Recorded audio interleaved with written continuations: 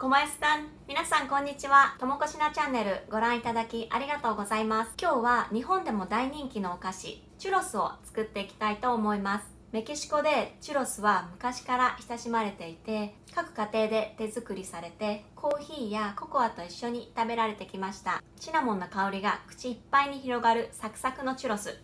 作り方はとっても簡単です。それでは作っていきましょう。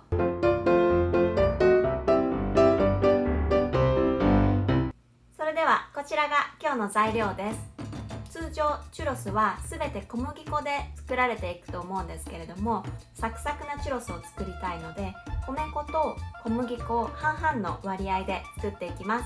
こちらが小麦粉1/2カップ、米粉も同量で1/2カップ、こちらがシナモンスティック1本とバター 50g、 お砂糖を大さじ1杯、卵を1つ、シナモンパウダーを1つまみ、お塩を1つまみ、こちらがバニラフレーバー小さじ1/2、そしてこちらが最後にコーティングに使うシナモンパウダーとお砂糖、適量になります。その他に今回チュロスを絞る時に使うこの絞り器、いろいろこういった種類があると思います。その中でもこの星型の先端を使うようにしてください。こちらを使うと中まで火が通りやすくなります。そしてこちらのワックスペーパー何枚か用意します。それではまずはじめに小麦粉、米粉、シナモンパウダー、この全ての粉物を一緒にふるいにかけていきます。このように一緒にふるいにかけると粉が均等に混ざります。次に小鍋にお水とシナモンスティックを入れて煮詰めていきます。このシナモンスティックを煮詰めて色が出てくるのを待ちます。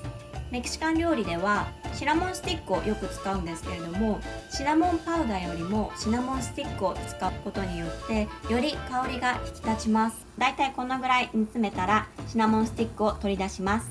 そして火を弱火にします。この中にお砂糖、お塩を入れます。そしてかき混ぜます。お砂糖とお塩が混ざったらこの中にバターを入れていきます。バターなんですけれども無塩バターを使用してください。味がしょっぱくなりすぎてしまいます。今回バターを 50g 使っているんですけれども、なるべく小さめにカットしていただくとお鍋に入れた時に溶けやすいです。バターが溶けたらこの中にバニラフレーバーを入れます。そして軽く混ぜたら先ほどふるいにかけた粉物を入れていきます。少しずつ入れていくといいかもしれないです。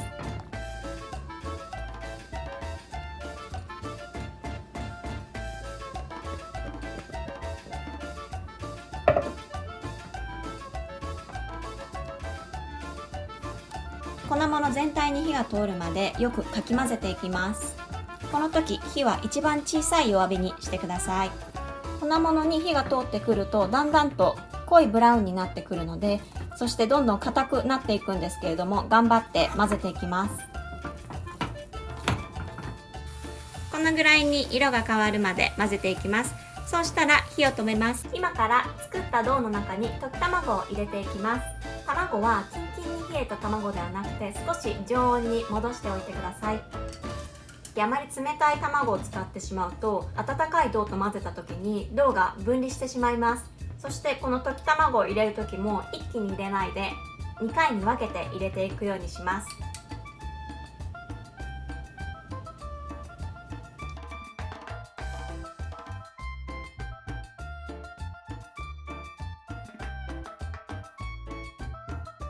このぐらいにドーがまとまってきたらひとまずドーの完成です。で、この時にあまりにも生地が硬いなと思う人は温かいミルクを小さじ1杯ずつ程度足していくといいと思います。このようにしてドーを絞り器の中に入れていきました。全部入れるとパンパンになってしまうので半々ぐらいの量がちょうどいいかと思います。今日ちょっと作ったドーが硬かったので私は大さじ2杯ほどの温かいミルクを足しました。そんな感じで臨機応変に作っていきましょう。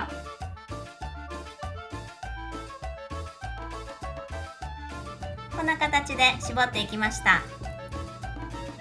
それではこれらを揚げていきましょう。170度に熱した油で揚げていくんですけれども、目安としてはこのお箸を油の中に入れた時に小さい泡が絶え間なく出てくる、この状態がだいたい170度の目安です。このままワックスペーパーごと揚げても構わないんですけれども、私はちょっともったいないなと思ってしまうので、中身だけ入れて揚げていきます。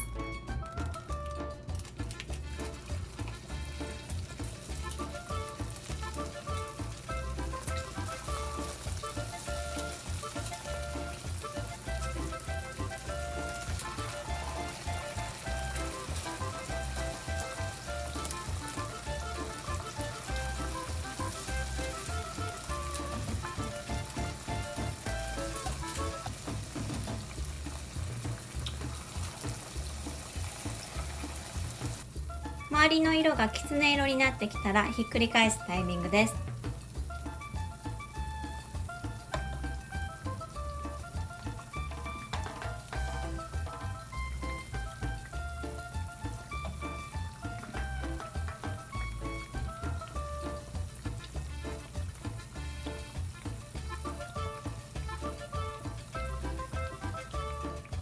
全体がきつね色になってきたので、お皿にあげていきます。この時よく油を切ってください。そしたら熱々のうちにこのトレーに準備したお砂糖とシナモンパウダーをコーティングしていきます。冷めてしまうとうまくお砂糖とシナモンパウダーがチュロスにつかなくなってしまうので、熱々のうちにコーティングをしてください。このようにコーティングをしていきます。すべてのチュロスが揚げ上がりました。今回の材料でこの程度のチュロスを作ることができます。はい、ということで今日はチュロス作っていきました。我が家のチュロスは米粉を半分使っているのでとってもサクサクです。もちろん小麦粉 100% でも作っていただけます。